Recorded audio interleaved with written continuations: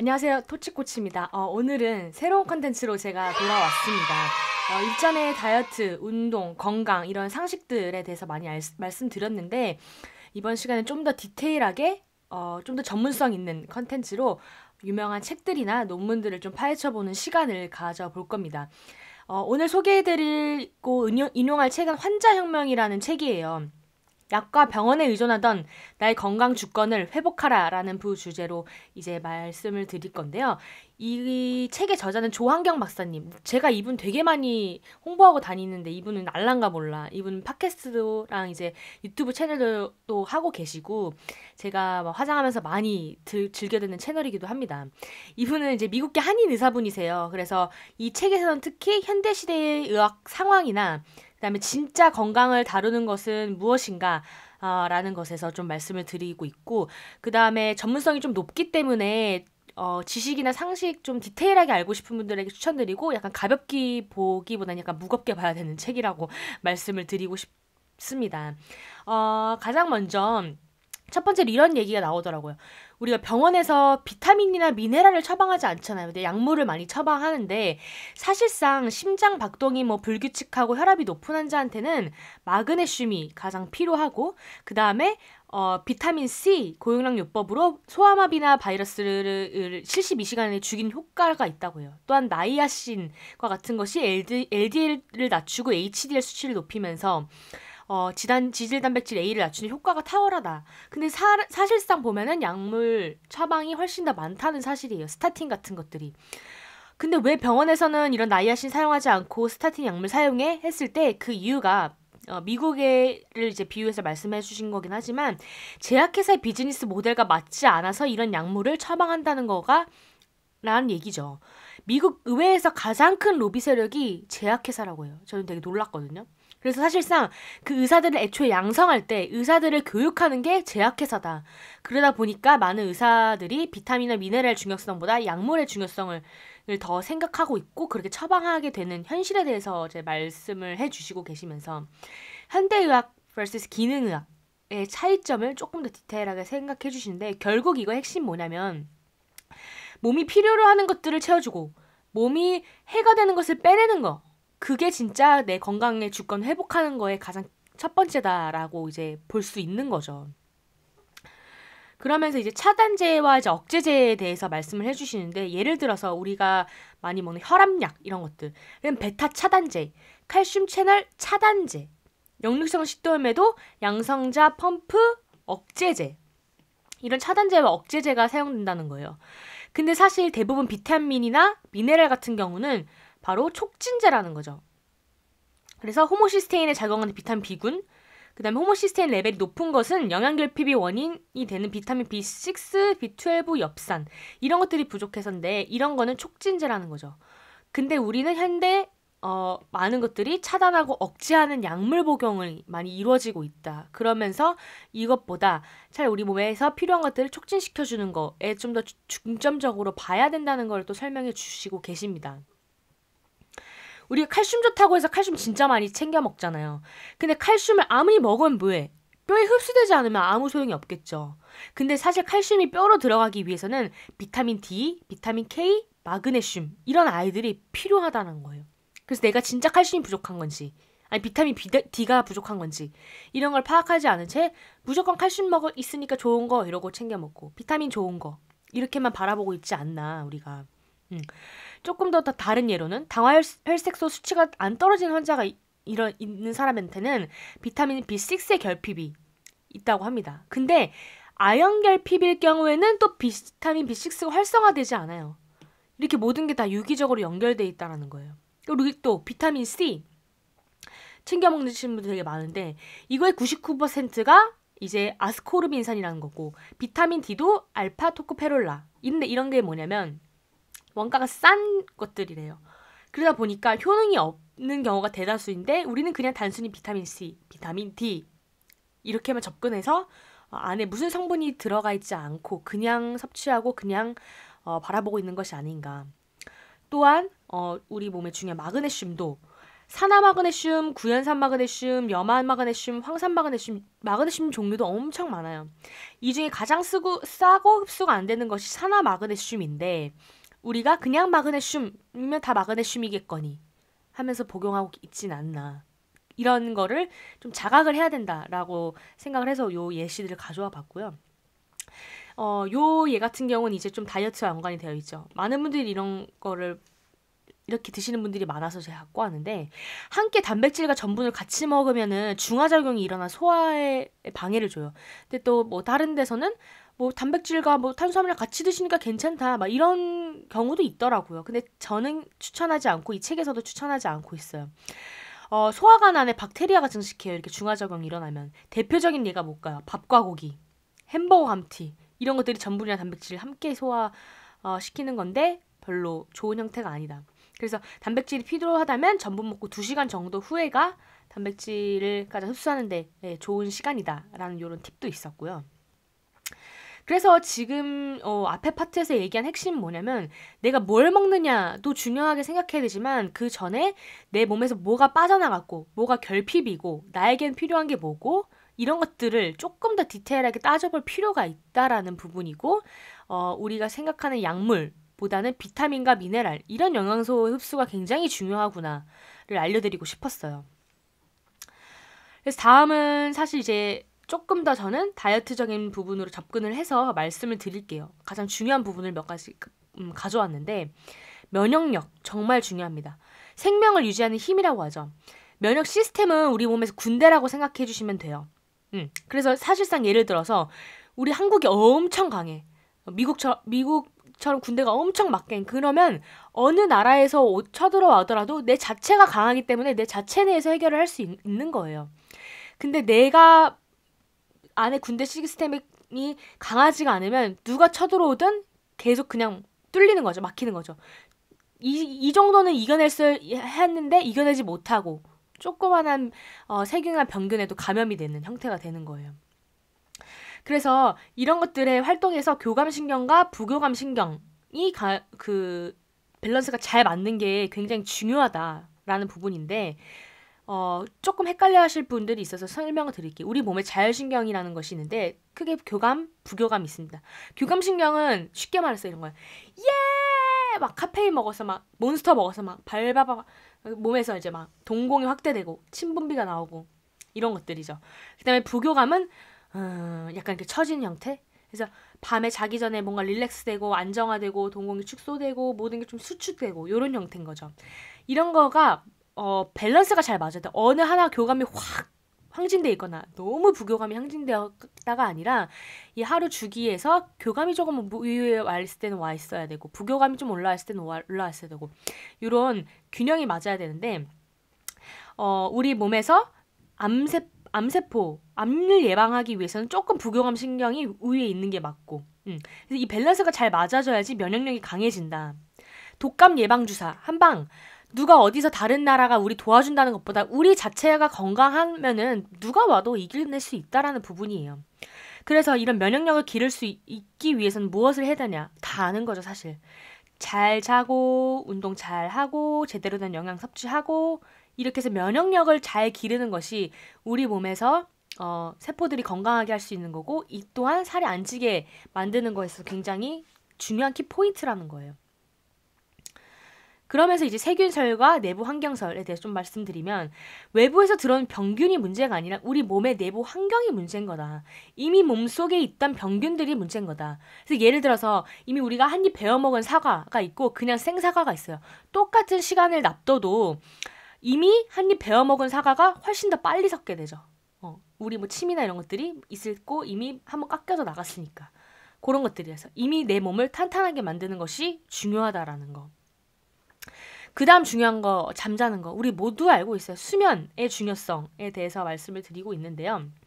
수면 시간이 5시간 미만일 때는 사망률이 무려 15% 증가를 한대요. 밤 늦은 시간까지 이제 깨어 있으면은 인체에서 체내 미네랄과 비타민이 소진되면서 영양 결핍이 되는데 사실 이런 호르몬이 수면 호르몬이 잘 분비되는 것도 굉장히 중요해요. 근데 그거보다 이 호르몬을 만드는 원재료가 있어요. 이게 뭐다? 바로 비타민인가 미네랄이다. 얘네들을 결핍시키면 호르몬 조절도 제대로 되지 않는다라는 거예요. 그래서 중요한 게 수면보다는 숙면이죠. 똑같은 6시간을 자도 누구는 개운해. 누구는 너무 지치고 피곤해. 깊지 못한 잠이 뇌파를 불안정하게 만들면서 탄수화물을 찾게 만들고 그렐린 분비를 촉진시킵니다. 이건 조금 이따 자세히 다루겠지만 식욕을 촉진시키는 호르몬이에요. 그러니까 식욕이 통제에 어려움을 느낄 수 있겠죠. 또 수면이 부족하면 코르티솔이라는 이제 스트레스 호르몬 분비되고 요것도 조금 이따 자세히 말씀드릴게요. 그러면서 불면증 환자들이 가장 많이 사용하는 영양제가 있어요. 그게 바로 수면 호르몬이라고 알려진 멜라토닌이에요. 멜라토닌. 우리 몸의 수면과 기상 주기를 조절하는 생체 리듬에 관여하는 이런 호르몬들이죠. 그래서 이제 나이가 들면 이 멜라토닌이 자꾸 줄어든대요. 그래서 이제 어르신분들이 많이 잠이 없으시고 새벽에 일어나시고 이런 형태를 보이죠. 근데 이 멜라토닌이 잘 분비되기 위해서는 또 세로토닌이라는 행복 호르몬이 필요해요. 프로작 같은 항우울제를 타깃으로 삼는 이제 호르몬인데 이 세로토닌을 생성하기 위해서 또 뭐가 필요하다? 트립토판이 필요하다. 그러니까 멜라토닌이 잘 분비돼서 잘 자기 위해서는 세로토닌이 필요하고 세로토닌이 잘 되기 위해서는 또 트립토판이 필요해요. 그럼 트립토판은 뭐냐? 트립토판은 섬유증 증상을 완화시키고 불안증이나 당탄림증, 숙취 완화에 도움을 주는 앤데 또 얘가 제일 할 일을 위해서 뭐가 필요하다? 비타민 B6가 필요하다. 근데 또 비타민 B6가 체내에서 사용 가능한 형태를 바꾸기 위해서 뭐가 필요하다? 아연이 필요하다. 비타민 B6와 아연 결핍이 곧 불면증을 초래할 수 있다는 거예요. 이러니까 비타민과 미네랄의 제대로 된 영양 흡수가 우리의 곧 행복까지 책임지고 잠 잘 자는 것까지 책임진다라는 거죠. 이런 세로토닌이 이제 뇌에서 사용은 되는데 만들어지는 곳이 소장과 대장에서 95%가 만들어진대요. 이게 장 건강한 게 행복과도 상당히 연관이 있다. 장이 안 아파서 그것도 있지만 장에서 세로토닌이 제대로 분비가 돼야지 우리도 행복할 수 있고 이 세로토닌이 잘 분비돼야 멜라토닌 분비되고 잠을 잘 잘 수 있고 이 모든 것이 결국엔 유기적으로 연관돼 있다라는 거예요. 그러면서 이제 추천하는 게 뭐 캐모마일 따뜻한 차나 사리움의 족욕, 목욕 이런 것들 이 작은 습관 하나가 여러분의 숙면까지도 책임질 수 있다는 거예요. 그리고 하나 또 말씀드리고 싶은 거는 많은 분들이 요즘 현대인들이 수면에 가장 큰 방해를 받는 게 전파공해. 스마트폰 사용하시고 주무시는 분들이 굉장히 많은데 저도 좀 고치기 힘든 습관 같긴 해요. 자기 전에 항상 스마트폰을 한번 보고 자는 습관이 있는데 이 전파공해 잠자기 전 20-30분만이라도 스마트폰을 내려놓고 책을 봐요. 우리 책을 보면 잠이 그렇게 잘 오잖아요. 책을 보고 명상을 하고 좀 마음 상태 릴렉스 시킨 다음에 잠을 자게 되면은 훨씬 더 호르몬 분비, 우리 멜라토닌 생성이 또 잘 되고 숙면을 취할 수 있다라는 부분이에요. 그래서 가장 큰 핵심은 요거였어요, 사실. 비만, 살이 찐다는 것은 영양 과다가 아니라 영양 결핍이다라고 이제 책에서 말을 하고 있는데요. 몸이 비타민이나 미네랄을 필요로 할 때, 즉 영양소 보충이 필요할 때 우리 몸은 뇌에서 신호를 보낸대요. 신호 한 가지밖에 없답니다. 뭘까요? 바로 배고픔. 아, 배고파. 영양소가 결핍되어 있어. 먹는 양이 결핍되어 있는 게 아니라 내 몸에 진짜 필요한 리얼 영양소가 결핍되어 있어 라고 했을 때 배가 고프게 되는 거고 그러다 보니까 자꾸 영양소 결핍이 되었으니까 자꾸 먹게 되는 거고 그러니까 살이 찌게 되는 거고 그래서 우리는 늘 칼로리로 계산을 하지만 사실 칼로리가 아니라 진짜 중요한 거는 우리 몸의 호르몬이다 라는 부분입니다. 무조건 이거는 저칼로리 식품이라고 해서 먹고 고칼로리 식품 안 먹어가 아니라 내 몸에서 호르몬 분비를 원활하게 맞춰주는 거가 칼로리 따지는 것보다 훨씬 중요하다라는 거예요. 가장 우리 비만과 연관되는 호르몬 4가지, 여러 가지가 있지만 크게 4가지를 한번 알려드리려고 합니다. 아디포넥틴, 이건 좀 생소하실 거예요. 체지방을 태워서 에너지로 쓰라고 명령하는 호르몬인데요. 너무 좋지 않아요? 체지방을 태우고 에너지로 써. 아주 좋은 호르몬이죠. 이거를 늘리는 방법이 있어요. 뭐냐? 마그네슘. 제대로 된 마그네슘이 섭취됐을 때 아디포넥틴 호르몬이 제대로 분비되면서 체지방을 태우고 에너지를 쓰게 된다는 거. 결국엔 제대로 된 영양소 섭취가 중요하다라는 거. 그 다음 2번째는 렙틴과 그렐린. 식욕을 조절해주는 호르몬, 낮추는 법은 뭐다? 수면. 6시간에서 8시간 잠을 자주는 것이 렙틴과 그렐린의 호르몬 분비를 이제 원활하게 맞춰주는데 그렐린 낮추는 법이 수면이겠죠. 저도 그런 것 같아요. 하루에 3-4시간만 자면 그 전날 잘 먹었는데도 아침에 일어나면 너무 배고파. 아, 왜 이렇게 식욕이 당기지? 왜 이렇게 당이 땡기지? 그렐린 분비가 촉진시키는 거예요. 그러면은 렙틴은 그만 먹어.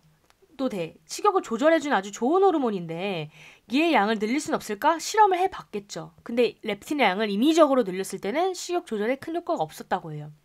그럼 얘가 잘 분비되기 위해서 노력을 해주는 것보다 렙틴의 분비를 막는 거를 최소화시키는 것도 중요한 거예요.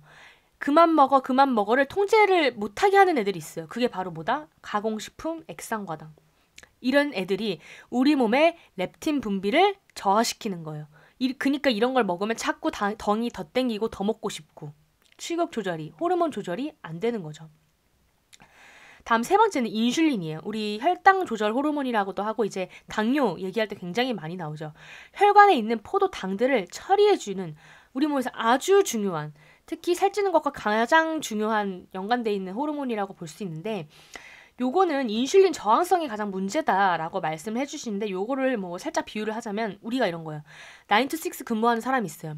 근데 갑자기 6시에 한 4시간, 3-4시간 되는 양의 일더미를 줘요. 아, 이거 처리하고 가셔야 될 것 같아요. 열 받아요, 안 받아요? 뭐지 이거? 한데 그래 참고 일단 하자 하고서 야근을 맨날 합니다. 주말이 됐어요. 일거리를 더 주네요. 나 주말에 좀 쉬려고 하는데 이거 뭐지? 근데 처음엔 또 해요. 할게요. 하다가 나중에 뭐예요? 이렇게는 근무 환경 너무 안 좋아서 일을 못 하겠어요. 파업하잖아요, 우리. 못 하겠어요. 일 못 하겠어요. 인슐린도 그런 거예요. 완만하게 혈당이 올라갔다 올라가고 이 조절할 수 있는 페이스를 맞춰줘야 되는데 시도 때도 없이 당을 넣어대고 갑자기 과식과 폭식으로 당을 폭탄으로 넣어주고 특히 주말에 과식 폭식 이러면은 인슐린 처음엔 이제 처리하다가 나중에는 나 이렇게 혈당을 조절 못 하겠어요. 일 못 하겠어요. 인슐린도 파업을 하는 거예요. 인슐린이 저항을 하는 거 일 안 하겠다. 인슐린 저항성이 생깁니다. 이렇게 됐을 때 조금만 먹어도 살이 찌는 몸이 되는 거죠. 혈당 조절을 안 해주니까. 요거를 해결할 수 있는 방법으로 간헐적 단식을 제시해 주셨는데요. 요건 책을 좀 참고해 주시면 훨씬 더 좋을 것 같아요. 마지막으로 코르티솔. 아까 좀 전에 봤었던 스트레스 호르몬이죠. 이 스트레스 호르몬이 나오면 식욕이 증가해요. 스트레스 받아서. 우리 몸이 그렇게 돼 있는 거예요. 스트레스 받아서 뭐 먹어야겠어. 맞아요. 호르몬이 그렇게 식욕을 당기게 만드는 거예요. 그리고 에너지를 사용하기 위해서 근육도 파괴하고 복부지방을 늘리게 하고 그게 뭐다? 코르티솔이다. 적당한 스트레스는 필요하지만 우리 현대인들은 너무 과다 스트레스가 문제예요. 스트레스를 받아도 풀면 되는데 풀어지지가 않는 거예요. 자꾸 스트레스는 쌓여만 가고 만성 스트레스가 되고 내 앞에 초콜릿이 가득하고 맨날 달달한 라떼를 마시는 게 내가 진짜 당을 좋아해서인지 아니면 스트레스를 해결하지 못해서 몸이 당이 땡기는 몸이 되는 건지 그런 걸 체크해야 된다는 거예요. 이 스트레스를 낮출 수 있는 방법이 생활 속 팁이 있어요. 바로 복식호흡이에요. 이거 하나가? 네, 그거 하나가 여러분의 스트레스 호르몬을 낮추고 식욕을 통제해 줄 거예요. 들이마시고 내쉬는 이 복식호흡 자기 전에 3-4분만이라도 하거나 잠자기 전 10분 내 몸을 릴렉스 시킬 수 있는 명상하는 습관 하나가 여러분의 스트레스 호르몬을 낮춰주고 식욕을 조절해 줄 겁니다. 자, 이렇게 해서 쭉 알아봤고 한 큐에 한번 정리를 해볼게요. 우리가 흔히 좋다고 생각하는 것들 사실 이런 영양제나 이런 것도 많이 안 챙겨 드시는 분도 있고 저도 그렇고 이 책에서도 그렇고 영양제도 좋지만 사실상 가장 좋은 건 뭐다? 자연식품이다. 우리 일상에서 먹는 자연 속에서 얻을 수 있는 식품을 통해서 이런 비타민과 미네랄을 충분히 챙길 수 있다. 건강한 음식을 드시는 걸 가장 추천드리고 무작정 좋다고 해서 먹는 것이 아니라 나에게 부족하고 나에게 결핍된 것이 뭔지를 조금 더 디테일하게 알 필요성이 있다라는 부분을 말씀드리고 싶었던 거고요. 다음은 우리 몸 자체, 우리 몸 군대 시스템, 내 자체를 건강한 몸을 만들자. 그걸 중요한 게 뭐다? 교감과 부교감의 밸런스를 잘 맞추는 거. 그래서 자기 전 맨날 커피를 달고 살아서 숙면이 안 된다거나 그러지 말고 자기 전에 좀 릴렉스 할 수 있고 좀 반신욕 조격을 통해서 부경감을 조금 위로 올린 상태에서 잠을 잘 수 있고 이런 형태를 가져간다는 거죠.